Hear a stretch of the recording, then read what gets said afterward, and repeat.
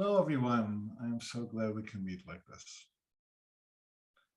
If you're anything like me, as a child or even beyond childhood, you were given various labels and boxed into them. And you've seen the world box all kinds of people into categories that limit them. So today I want to talk to you about growing beyond those labels and accepting a higher identity than anyone the world can slip you into. There's a wonderful book a few years ago called Love It, Don't Label It. And I think that really captures the essence of what I want to share with you today. When I was a kid, I had braces, and people called me tinsel teeth and metal mouth. It's funny now, but when you're an early teenager, those labels stick. I wore glasses. They called me Four Eyes. And kids can be very, very cruel when you're applying labels. And unfortunately, they carry over into adulthood as well. And this process of labeling starts on day one when you were born. When you were born, the doctor probably held you up, dangled you by your feet, and said, it's a boy, it's a girl. And so in the very first moment of your visiting this world, you were given an identity that restricts you to half the population or restricts you to a gender. And then the girls were given pink bedrooms and the boys blue ones, and the girls were given dolls and the boys were given trucks.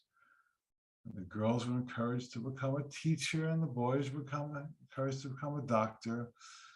And you can see how this business of stuffing into some category begins early, and it's pervasive and it's insidious. And if you're going to really attain spiritual mastery, which is what this series is all about, you're going to have to rise above anything the world has ever called you. And as we've said many times, Course in Miracles asks us to identify only with the attributes of God. One of the lessons of the Course is, I am as God created me. And it says, if God is love, then you are love. If God is wholeness, then you are whole. Everything God is, you are. Everything God is not, you are not. Now, let's look at some practical ways this labeling happens.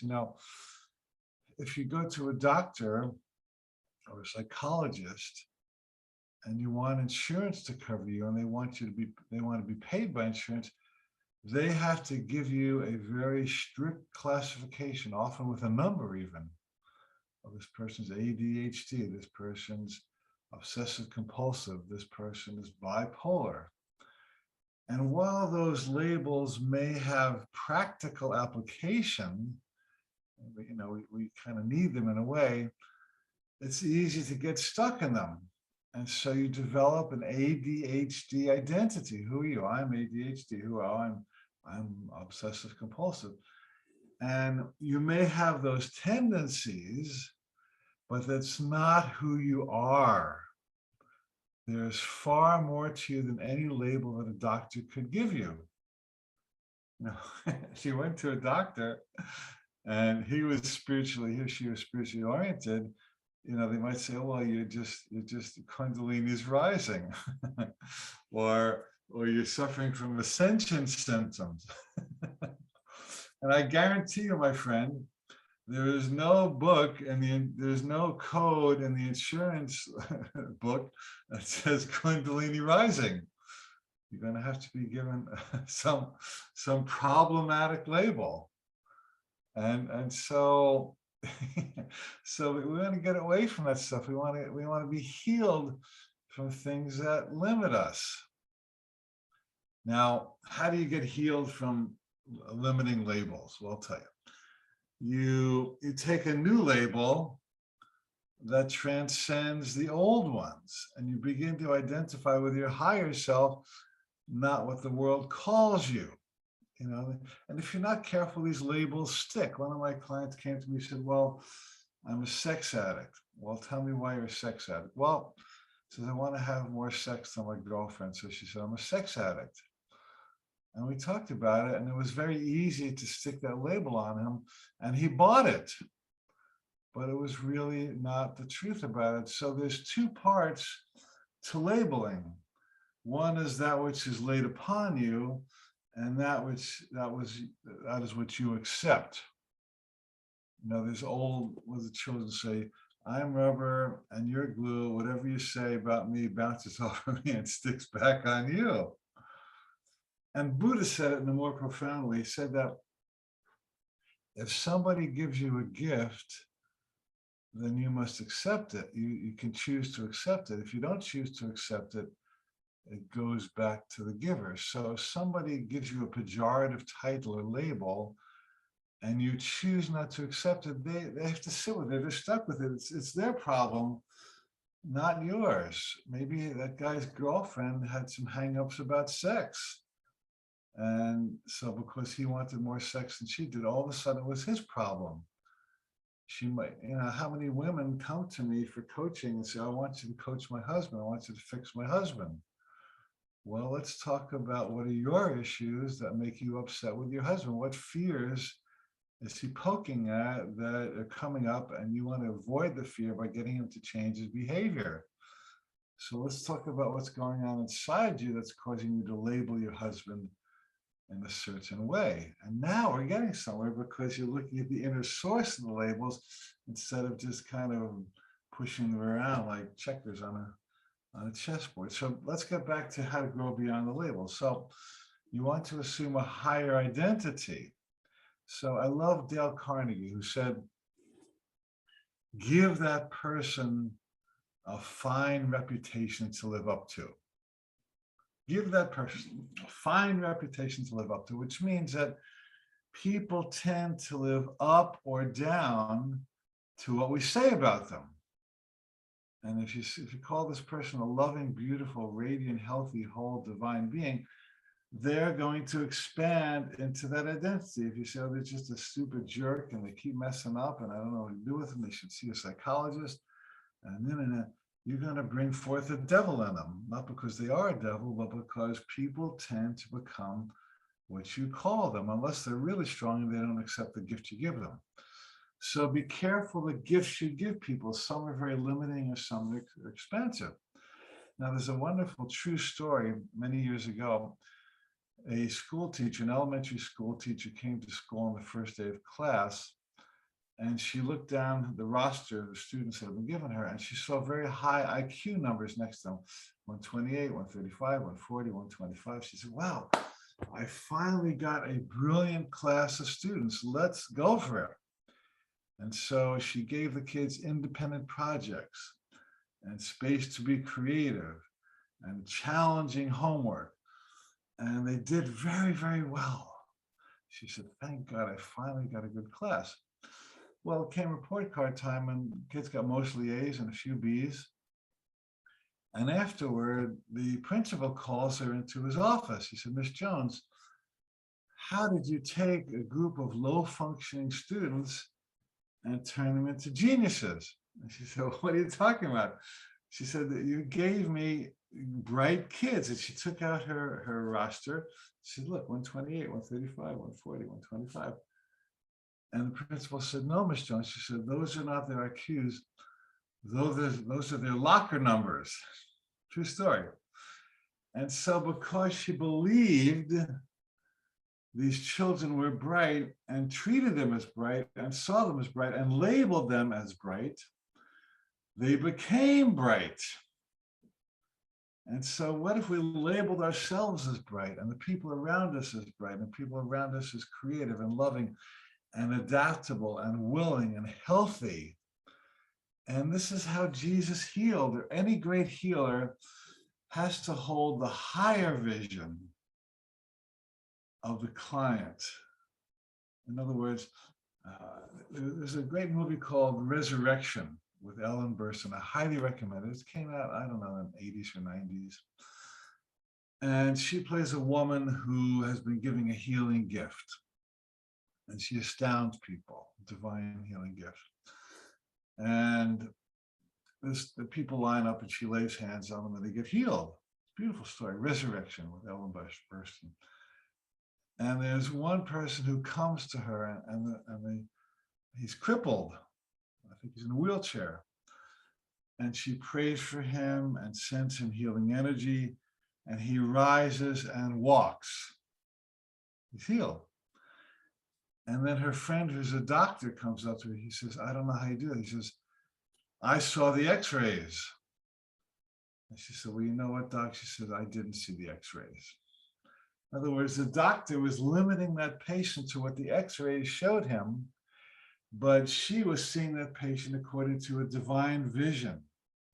I also remember a student came to me many years ago, came to a Course in Miracles group we had, and he asked for prayer. And that night I had a dream. And I saw an x-ray, a medical x-ray.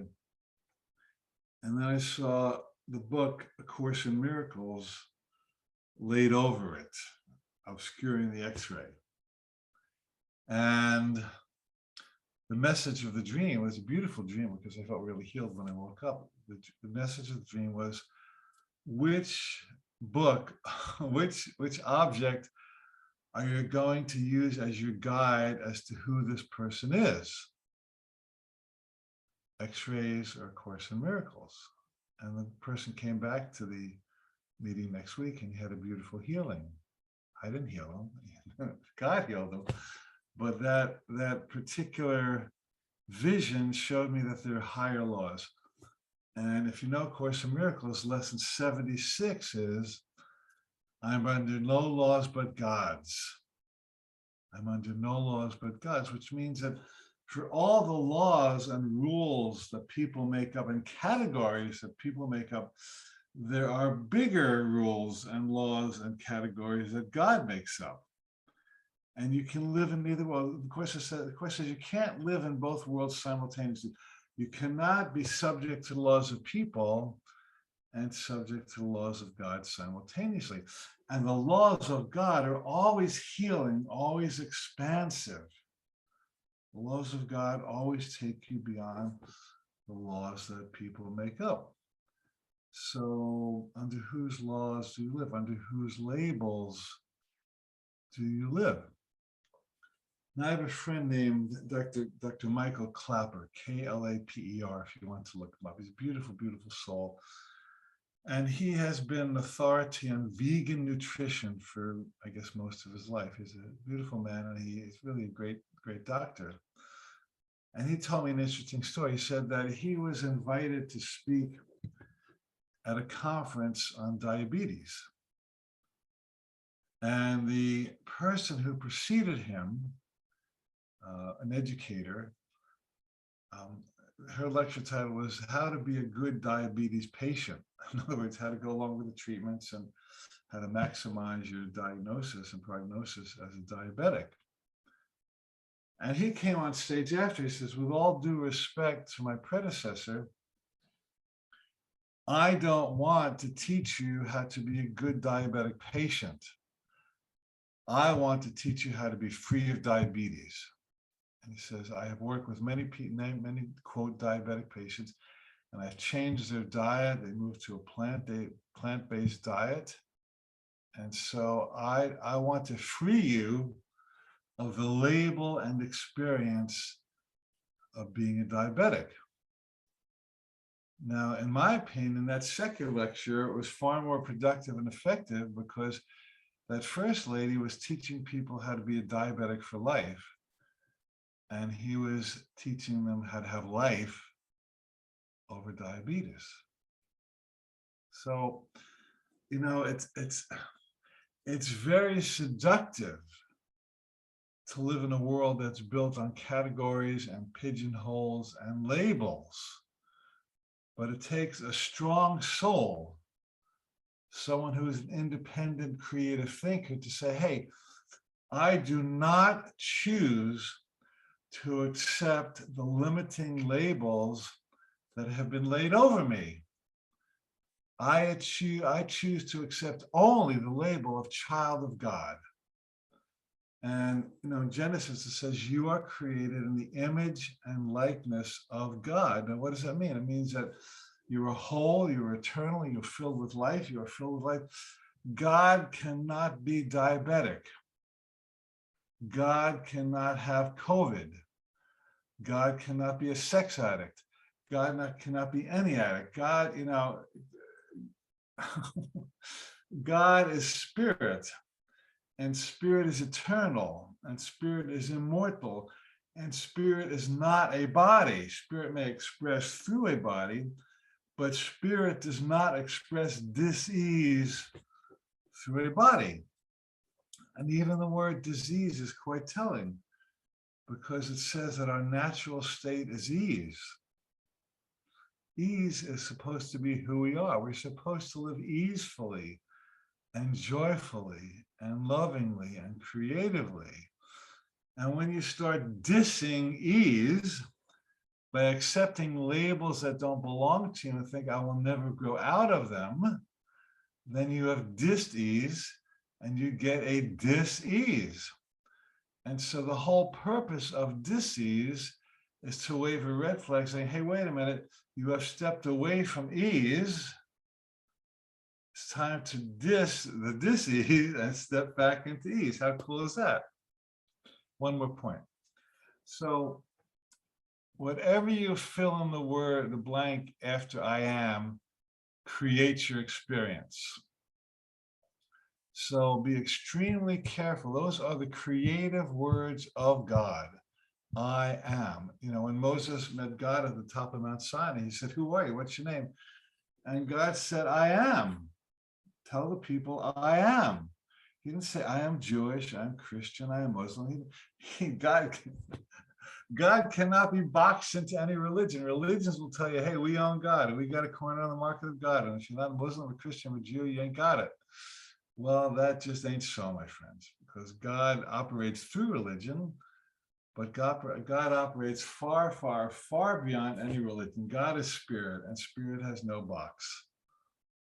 So if you belong to a program that says, I am alcoholic, you must say that. You're not quite there. First of all, I think the 12-step programs are the best thing that's happened. I totally support them. And I think it's been the best therapy of the past century. So I'm behind people who go to 12-step programs. However, I think there's a point at which you have to substitute an identity as an alcoholic, a drug addict. You have to claim a higher identity. So instead of saying I'm alcoholic, you say I'm a divine whole being created in the image and likeness of a perfect God. And although I may have had alcoholic tendencies, who I truly am soars far beyond the label of alcoholism or any addiction. So do you have the guts to go beyond any label that's been put upon you? Now let's take this one final step. Be careful of the labels that you put on anybody else, because when you label someone else with anything less than divinity, you are becoming subject to labels yourself. I was once giving a weekend workshop in Atlanta, and this fellow showed up with his son, and he said, this is my 19-year-old son, gave his name. And he said, oh, he's a depressive and he's suicidal. And he broke up with his girlfriend and now he's neurotic. And there's this kid standing next to the father, and I'm thinking, oh my God, if somebody said those things about me in my presence. I remember that scene in Back to the Future where this big load of manure gets dumped on this open convertible and there's people in it. I thought, wow, this father is boxing this kid into these terrible labels. He's giving him an identity that's going to squash him and stifle him. And so I said, well, let's see what we can do for your son during this weekend. And this kid came to this weekend and he shined. He was beautiful. He's a good-looking kid, and people just loved him and accepted him, and he expressed it. And during that particular weekend, he did not display one tendency, not one, of any of the labels that father dumped on him. And he shined. He was like the star of the retreat. He just blossomed. He was such a beautiful young man. And at the end of the weekend, the father came back to pick him up, and they said, "What'd you do to my son?" And I said, "I just let him be who he is. I refused to label him. I called him a handsome, young, radiant, expressive, heart-centered, sincere, divine being." And he assumed that role, and that's who he became in this group. So be careful what you say about other folks, because especially your children, especially your students, especially your patients, especially your clients. Don't, Course in Miracles says, don't call your brother, sister, anything that you would not want to be. So don't name anybody anything you would not want to become. If you want to become an addict, then call people addicts. If you want to become a depressive, call people depressives. But if you don't want to be that, call them a free whole spirit, a divine expressive spirit. Okay, before we close, I want to just give you a couple of reminders. Got 3 programs coming up I think you'll like. One is a life coach training. I think we're full for September, but we're accepting people starting in January. It's an intensive, intimate 6-month program that will change your life. Starting a new series in October called Friends in High Places. We're going to explore interdimensional communication, working with guides, channeling, angels, psychic material, healing material, visionary material. It'll be a fantastic 8-week series, an interactive webinar series live with me, starting at the end of September. And then I'm doing a 4-day in-person retreat in California with my dear friend and musician, Karen Drucker, Into the Light. It'll be an astounding way to end the year and set you up for the new one. So go to my website, alancohen.com, and you'll see all those programs. So let's close with a moment of intention. Close your eyes with me if you can, wherever you are. I invite you to now imagine that you've had all kinds of little label stickers laid over you. And when you go to a conference, you get a little sticker that says, "I am," and then you have your space where you pop in your name. So imagine all those imagine just covered with label stickers. And think of some of the labels you've been given. You're overweight, you're not as bright as your sister, you're bad at mechanical stuff. Just think of the label, and just take a moment to think about every label.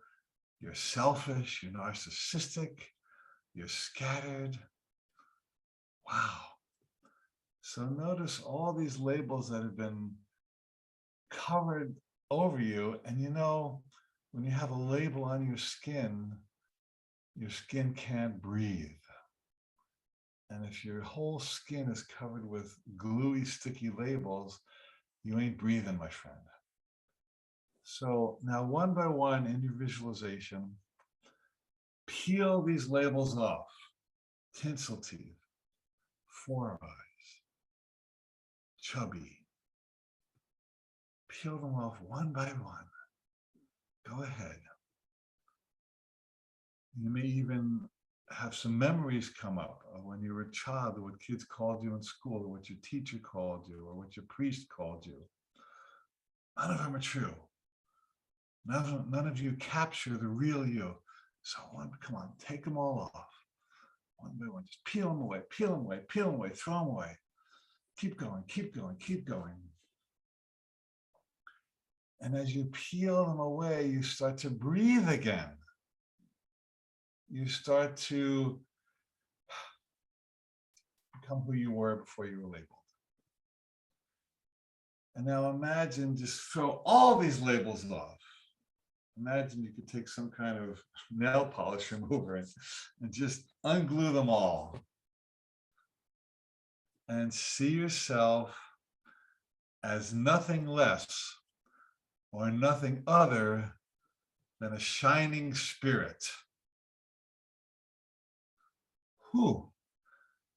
You may have some big energies moving now, because you're reclaiming your divine identity, that innocent, beautiful, whole and holy being that you were before you got labeled. So take a moment of gratitude now to remember how beautiful you were, and how shiny and how innocent and free you were before you adopted the labels and the limits that the world laid over you.